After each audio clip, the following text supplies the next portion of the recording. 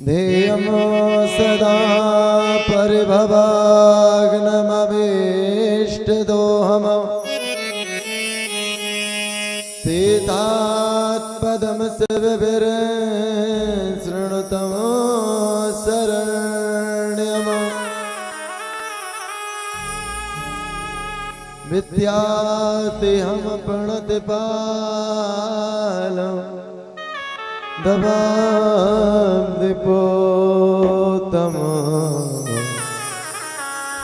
वन्दे महापुरुष ते चरणारविन्दम्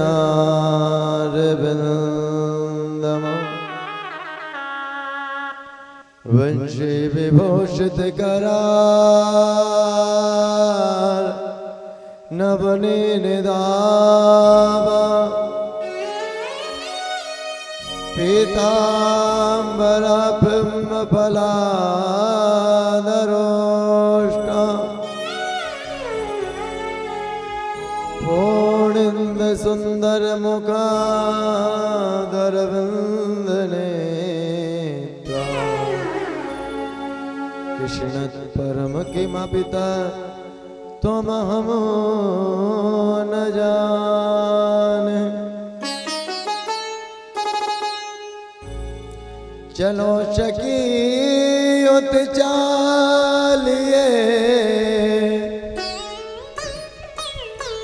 जहाँ बसे बिजराज अगौर सवे चत हरि मिले एक पंथ दोई काज।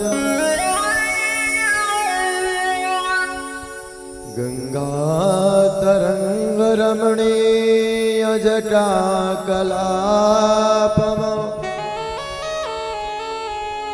गौरे निरंतर विभूषित वाम भागम नारायण प्रियमनांग मलापहारम वाराणसीपुरपतिम भज विश्वनाथम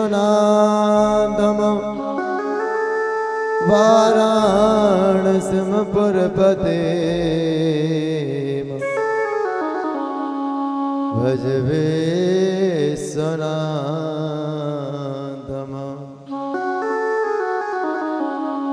अकारण करुणावर्णलय भक्तवांछा कल्पतरु भगवान नंद नंदन श्याम सुंदर श्री बांके बिहारी की वांग्मी प्रतिमा स्वरूप श्रीमद् भागवत महापुराण अनंत श्री श्री विभूषित परम पूज्य गुरुदेव भगवान के चरण कमलों में बारंबार प्रणाम करते हुए पुण्यपाद वंदन करते हुए जिन बाबा भूतनाथ आशुतोष अवगुणदानी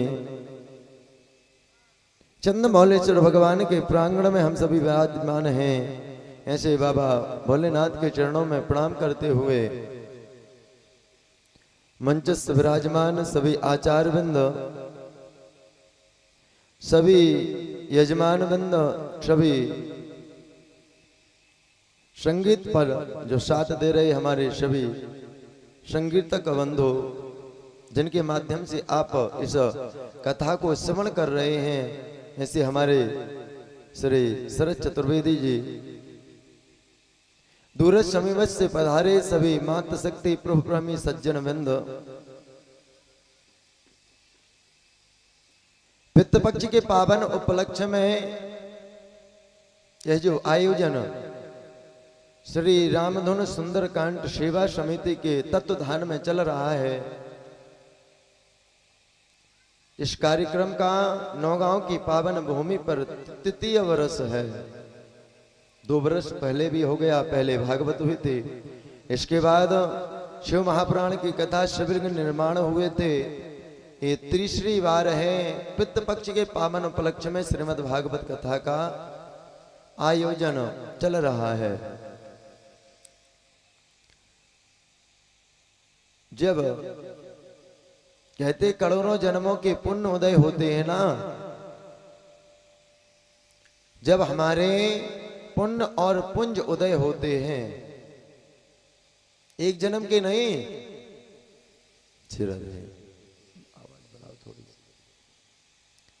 एक जन्म के पुण्य उदय नहीं होते, करोड़ों जन्मों के जब पुण्य उदय होते हैं तब हमको भगवान की कथा श्रवण करने का सौभाग्य मिलता है। कथा में प्रवेश करने से पूर्व 2 बार भगवान का नाम उच्चारण करेंगे, इसके बाद जैसे प्रभु की इच्छा कथा में प्रवेश करेंगे 2 बार परमात्मा का नाम।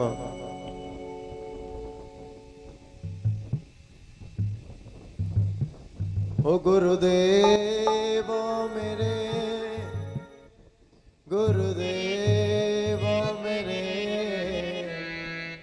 गुरुदेव मेरे, गुरुदेव मेरे, गुरुदेव मेरे, गुरुदेव मेरे, गुरुदेव मेरे, गुरुदेव मेरे, गुरुदेव मेरे, गुरुदेव मेरे, गुरुदेव मेरे, गुरुदेव मेरे,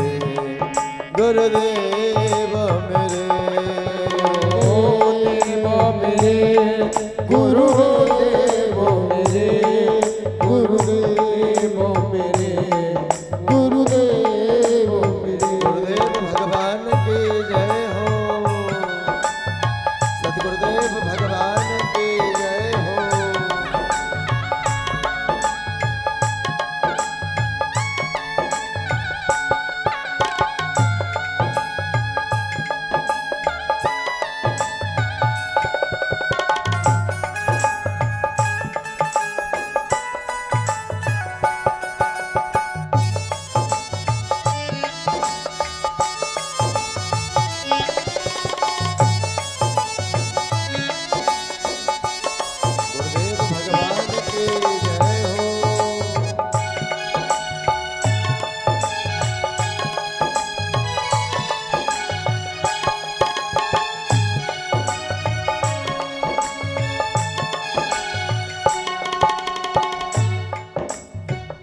गुरुर्ब्रह्मा गुरुर्विष्णु गुरुर्देव महेश्वरा,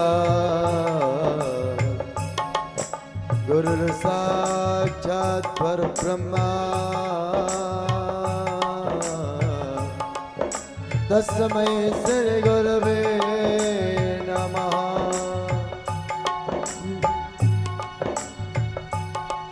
ध्यान मूलम गुरुर्मूर्ति,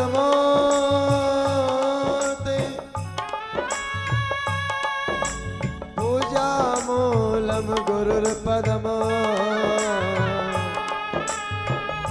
मंत्र मूलम गुरुर्वाक्यम, मोक्ष मूलम गुरुर्कृपा। गुरुदेव मेरे, गुरुदेव मेरे, गुरुदेव मेरे, गुरुदेव भगवान की जय हो मेरे गुरु। दोनों हाथों से ताली की सेवा करते हुए गुरुदेव भगवान को प्रणाम करेंगे। जय हो प्यारे गुरुदेव मेरे, गुरुदेव मेरे, गुरुदेव मेरे, गुरुदेव मेरे। जय हो।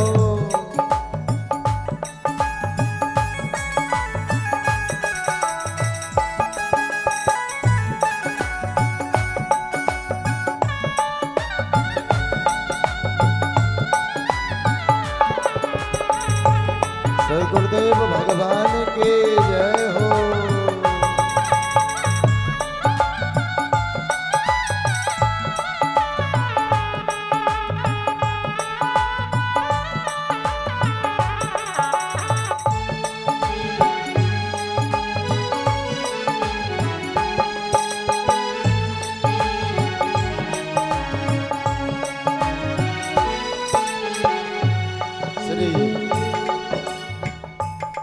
सुखदेव जी महाराज कल हम सभी ने कथा का रसपान किया। कथा चल रही थी, कहाँ धूमधाम से हम लोगों ने जन्म उत्सव मनाया। बड़े प्रेम से बड़े धूमधाम से कन्हैया का, उस लाला का वो प्राण धन जीवन धन सर्वस्व ऐसा मेरा मोहन मेरा कन्हैया कल ब्रज प्रदेश में जन्म उत्सव धूमधाम से हम लोगों ने मनाया। श्री सुखदेव जी महाराज राजा परीक्षित से कहते, राजन कन्हैया का जब जन्म हुआ ना, किसका जन्म हुआ? मेरे कन्हैया का, मेरे लाला का जब जन्म हुआ ना, ब्रज प्रदेश में मानो कौन वर्णन करता? सुखदेव जी महाराज वर्णन करते, नंदत्वात्मजोत्पन्ना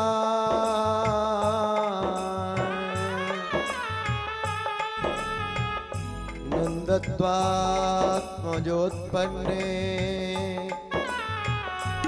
जाता हलादो महामनः आहूय विप्रान भेद ज्ञान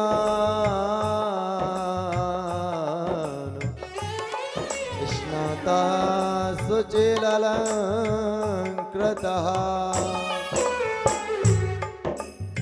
सुखदेव जी महाराज राजा परीक्षित के समक्ष वर्णन करते हैं। क्या वर्णन करते? बोले जब नंद बाबा ने सुना ना, क्या सुना? कि कन्हैया का, मेरे लाला का प्राकट हुआ, जन्म हो गया, अब प्रसन्नता का पारावार नहीं रहा महाराज। इतने प्रसन्न हुए, मन आज वो 80 साल के जो डोकरा है ना, सुखदेव जी महाराज वर्णन करते, जो 80 साल के डोकरा होकर के और ऐसे उछलते हैं मानो 1-2 बरस का जो छोकरा होता ना, लाला होता, 2 बरस का जो लाला होता, वो कैसे यहां से वहां घूमता है। आज वो बाबा 80 साल के हो गए, लेकिन आज इस प्रकार की प्रसन्नता जब अपने कन्हैया का या उस लाला का जन्म सुनाना, प्रसन्न हो गए।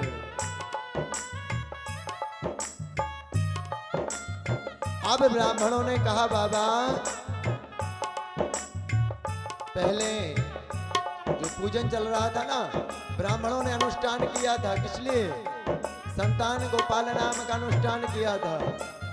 कोई संतान नहीं हो, यदि किसी को संतान नहीं हो रही हो ना, ब्राह्मणों के द्वारा संतान गोपाल नाम का जो मंत्र है, ओम क्लीं कृष्णाय गोविंदाय गोपी जन्म वल्लभाय, या ओम क्लीं देवकी सुत गोविंद वासुदेव जगतपते देहि में तनया कृष्णा त्वमहं शरणं गतः। गोपाल सहस्र नाम का यदि पाठ करवाता है, जाप करवाता है, उसको संतान उत्पन्न होते हैं। ब्राह्मणों ने कहा, बाबा पहले यमुना मैया में जाकर के क्या करो? बोले जाकर के स्नान करके आओ, शुद्ध हो जाओ, पवित्र हो जाओ। अब बाबा भागे भागे गए, कहाँ? माँ यमुना के तट पर मैया को प्रणाम किया। कहीं किसी तीर्थों में जाए ना, सर्वप्रथम उस तीर्थ को प्रणाम करें, नमन करें। ऐसा नहीं कि सीधे जाएं और तीर्थों में जाकर के भैया गंदगी ना करें। हम और आपका कर्तव्य बनता है। एक व्यक्ति कहां तक आपकी सहायता कर सकता है? हम आपको एकजुट होकर के स्वच्छता, यदि स्वच्छ भारत, अपना भारत को स्वच्छ बनाना है ना, तो हमको, आपको, सबको जुटना पड़ेगा। तीर्थों में जाकर के गंदगी ना करें, तीर्थ में जाकर के वस्त्र इत्यादि को ना धुलें। मैंने कई लोगों को देखा, उन वस्त्रों को आप उसी में, उन तीर्थों में अपने वस्त्रों को नहीं निचोड़ना चाहिए, उसमें नहीं धुलना चाहिए। क्यों? क्योंकि तीर्थ में यदि आप जा रहे हैं और कहते